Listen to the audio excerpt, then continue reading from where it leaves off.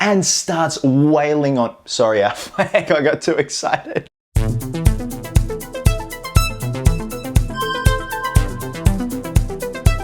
What's happening, my fellow geeks and geekettes? Welcome to a brand new episode of Cosplay Chris. And today we are going to be doing a spoiler review / discussion for The Batman. The film has been out for several days. My thoughts on it still stand exactly how it was in my initial spoiler-free review. I am in love with this film. I think it is a beautiful interpretation on the Dark Knight himself, and I still give it that 5 out of 5. Now, a lot of you are probably wondering, why aren't you wearing the suit whilst doing the review and your spoiler-free review? Well, that suit is so hot to wear, and it is so humid in here today. We have had torrential rain for nearly 2 weeks. The humidity is just disgusting. So I have my gloss maintenance on standby. So I've got all my talking points written on my phone, not in any particular order. These are the things that I obviously couldn't touch on in my spoiler-free review, and I just want to expand upon and talk about because there is so much shit to unpack with this film. First up, Batman's narration and his journal. Now, this was a pretty interesting move when it comes to a Batman film. Batman narrates the beginning, the middle, and the end of the film, which I thought was very interesting, and I thought Rob did a very good job doing the narration. Essentially, he's saying he's trying to fix Gotham, but nothing is happening. It's like pushing shit up a hill, and he doesn't know why, which leads to the very end of the film where we see Batman as a symbol of hope instead of vengeance and broodiness. And at the end of the film, it makes sense to Bruce. I shouldn't be something that's intimidating. I should be something that is a symbol of hope. And he also keeps a journal that he writes in. And what's interesting, he doesn't name himself the Batman. He's known as Vengeance by a lot of people in the film who also call him Vengeance, but he has written on the front of the journal, the Gotham Project Year 2, which is very cool. Obviously, this is his second year as Batman, but to name what he's doing the Gotham Project, very interesting, very out there, and I dug it. Let's talk about the first kill / opening scene of the film, which includes the Riddler taking down the mayor. I shit my pants in that one shot where the mayor walks past and Riddler's just standing there against the curtain with his eyes blaring, just surrounded by darkness. It is shot so well, like the rest of the film. Beautifully executed in terms of cinematography. But that shot was horrifying. And the scream the Riddler makes when he takes down the mayor with that carpet tool. It's the way Riddler's looking at his duct tape. It's like, this is gonna sound so weird. It was almost as if he was seduced by the duct tape and was kind of getting off on it. Really weird, but those are the vibes I got. And that just sets up right away how this film is going to play out, and it was really something that took me by surprise. I knew this film was going to be dark, but when I watched that sequence, I was like, holy shit, we're in for something very dark and very special, which leads to the opening and the introduction of Robert Pattinson's Batman in the film. We see the goons take a bystander off the subway and they're going to beat him up. They've obviously got the new recruit there who's saying, come on rookie, hit him in the face. We also see that the bat signal is a warning, and we see a lot of criminals in Gotham looking into the shadows. Even though Batman's not there, they still think he's there, and that's the fear that he's struck into all these criminals. But in this case, Batman is there in the darkness, and we hear these heavy footsteps, and then he emerges from the darkness with such beautiful cinematography and such beautiful sound design. A lot of times throughout the film when you hear Batman's footsteps, it sounds like he is wearing spurs, like an old cowboy, which is just badass. And of course we had that beautiful beatdown scene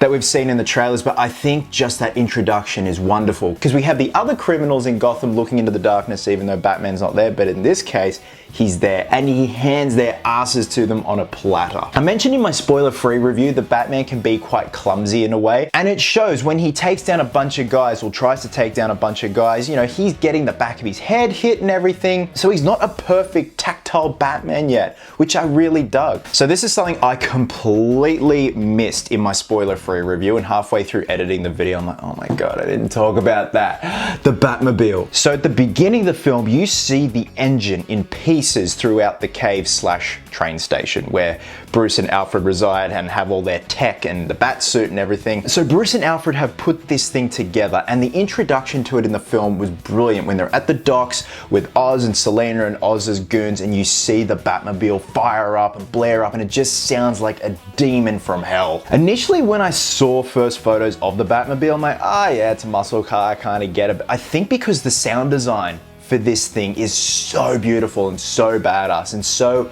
heavy metal, I love it. It's up there with Affleck's Batmobile. I think it's just something so grounded, but also properly and totally functional. So this topic has a lot of subjects: the Riddler's motivation and his connections to the Waynes and also Falcone. So we find out that Riddler was in an orphanage owned by the Waynes. Obviously, he saw Bruce growing up whilst at the orphanage, became very jealous, and has always just had a grudge against him. Which then leads into the death of Thomas and Martha Wayne. Now, initially when Thomas was running for mayor, there was inside information that someone was gonna leak Martha's mental illness because Martha is part of the Arkham family.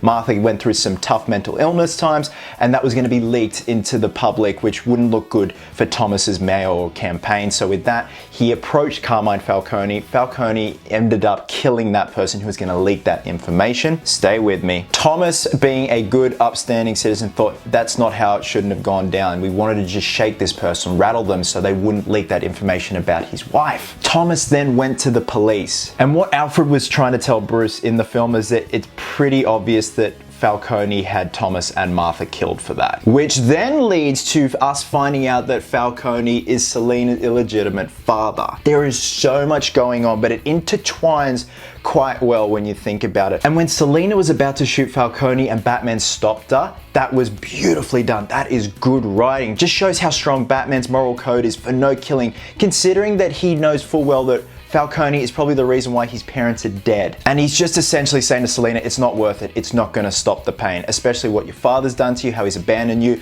He's probably the reason why my parents are dead, but I'm not gonna let that ruin my day. Don't become what they are. So that was very interesting with the Riddler's motivation. It's also very interesting that the first meeting, the first face-to-face meeting with Riddler and Batman, Riddler isn't in his costume, he's in his Arkham garb, he's on the other side of a screen.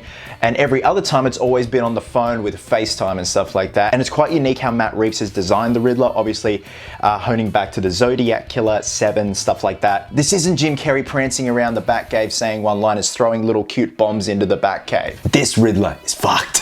Now, one sequence I really loved is after Batman slugs Gordon and then runs through the GCPD and grapples up to the roof, he has a wingsuit. The cape doubles as a wingsuit, which is a really cool sequence to see. Batman obviously hasn't really tested it before because he's looking down and he's scared of heights. He's like, holy shit, what am I doing? And with that, as the cops are about to grab him, he just falls off and glides down through Gotham, and he tries to save himself and parachute out, but he gets caught under a bridge. Again, this is why I am in love with this iteration of Batman. He's clumsy, he's goofy, and he's still trying to find his feet, even though it's his second year as Batman. He absolutely annihilates himself on this bridge.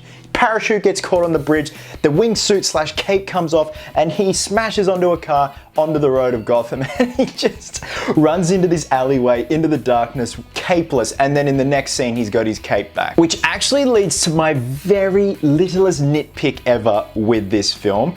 It's kind of the continuity and the realism, and I get it, it's a PG-13 film, it's actually rated M15 plus here in Australia, so that's our equivalent to PG-13. There were some things that happened in the film, example, how he quickly got the cape and wingsuit back when he's back on the rooftop after that sequence, and he seems fine, like he fucked himself up when he got caught on that bridge.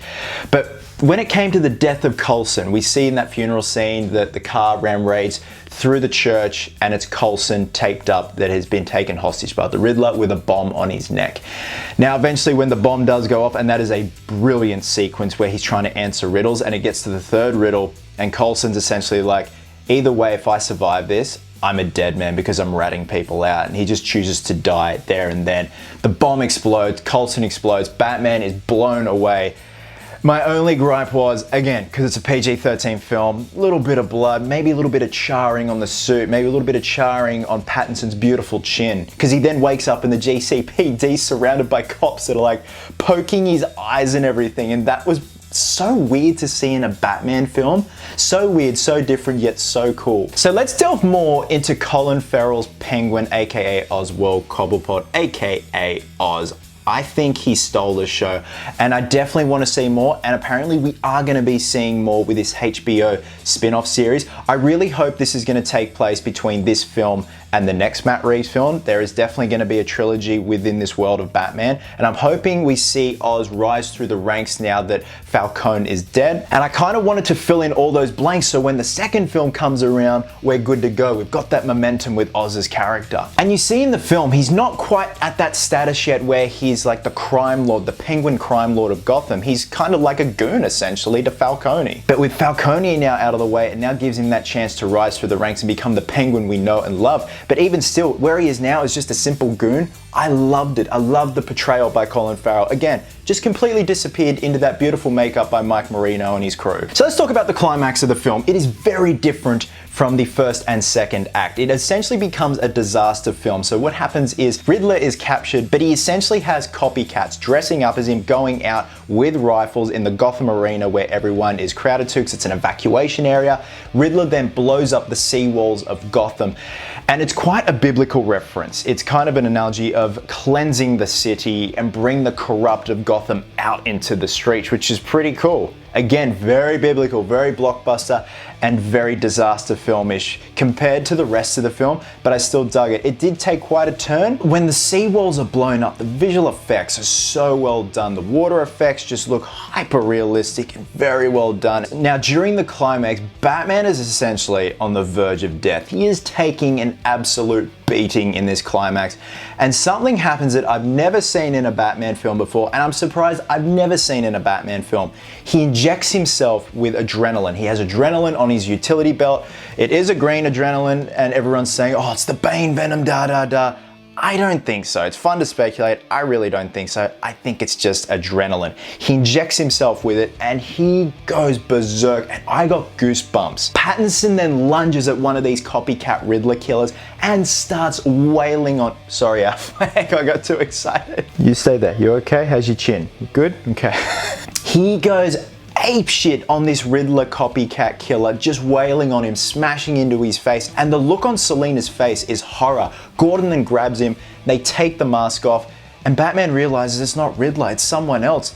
Gordon asks, who are you? And he says, I'm Vengeance. And at that point, Batman realizes, I've been doing this wrong the whole time. I can't be a symbol of vengeance. My mum and dad wouldn't have wanted that. I need to be a symbol of hope. Again, such a good arc for this iteration of Batman. Before I wrap this up, let's touch on the appearance of the Joker in Arkham, in the cell next to the Riddler. Actor Barry Keoghan, I hope that's how you pronounce his surname, portrays this person, and he is credited as unknown Arkham inmate, and also Mike Marino, who did Colin Farrell's Penguin makeup, did the makeup for this unknown Arkham inmate. And it's pretty obvious that it's Joker. The way it's lit and shot is very dull, very dim, very dark, but you can tell there's like smile lines and stuff like that going on, just the way it's been lit on Barry's face, and he has that Joker laugh. I don't know if this is going to be a one-off scene and we just know the Joker does exist in this universe, or they're going to expand upon that and Barry is going to have much more screen time as the Joker in the second one, third one, who knows. He might even have his own spin-off series. There's not much to gauge from in this. It's a very quick scene. It establishes that Joker does exist in this universe, but I definitely want to see more. I always love seeing new interpretations of the Joker. And at the end of the film, we see Selina and Bruce going their separate ways. Selina is going off to Bloodhaven, which we know is Nightwing's territory, but I definitely want to see more of Zoe Kravitz. I think she was one of the best parts of the film, up there with Colin Farrell, Pattinson, just everyone just brought their A game. They each did their individual thing and they did it so damn well. It was kind of bittersweet, especially with that beautifully haunting score playing in the background when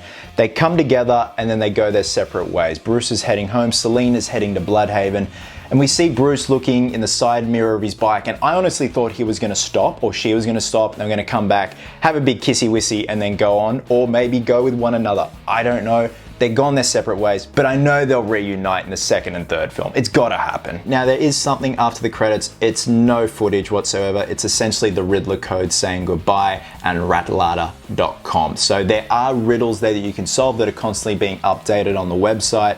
I think they're going to keep continuing this on right up until the next film's release, so apparently it's updated quite often with new riddles that you can solve. Nothing much to it, and it was one of those things when it happened on screen and then it flashed to the Warner Brothers logo, everyone in the cinema was like, oh. I was one of them. I was like, come on, man, let's see more Joker or see a bit more Penguin, see something that's going to set up for the second film. Even though that the general end of the film has set up for sequels, I still wanted to see something a bit more at the end, or even mid-credits. So guys, I hope I got all my thoughts out there. I've ticked everything off my list, but this was my spoiler-filled review slash discussion for The Batman. I'm still on a high from it. I'm going to see it again this afternoon with my mum, and I'm pretty sure I'm seeing it again this weekend with two of my best friends. So I get goosebumps every time I think about this. When I watched it, it was an experience and a half. I relate it to when I first saw The Dark Knight, and I saw this guy on screen for the first time, and I thought we were in for something special. That first scene when Batman comes out of the darkness and wails on those guys in the clown makeup, I thought we were in for something very special too. The feedback seems to be genuinely overwhelming, so I'm really happy that this film is doing well. I'm happy that Pattinson is getting the recognition he beyond deserves for his acting work. So guys, drop a comment below and let me know your thoughts on The Batman. What was something that really took you by surprise? What were your favorite moments in the film? And are there things that you would have liked to have seen done differently? Guys, wherever you are in the world, please have yourselves an absolute cracker of a day. I hope you're well, hope you're happy, be merry, be silly. And until next time, Geeks, please always remember, cosplayers do it best.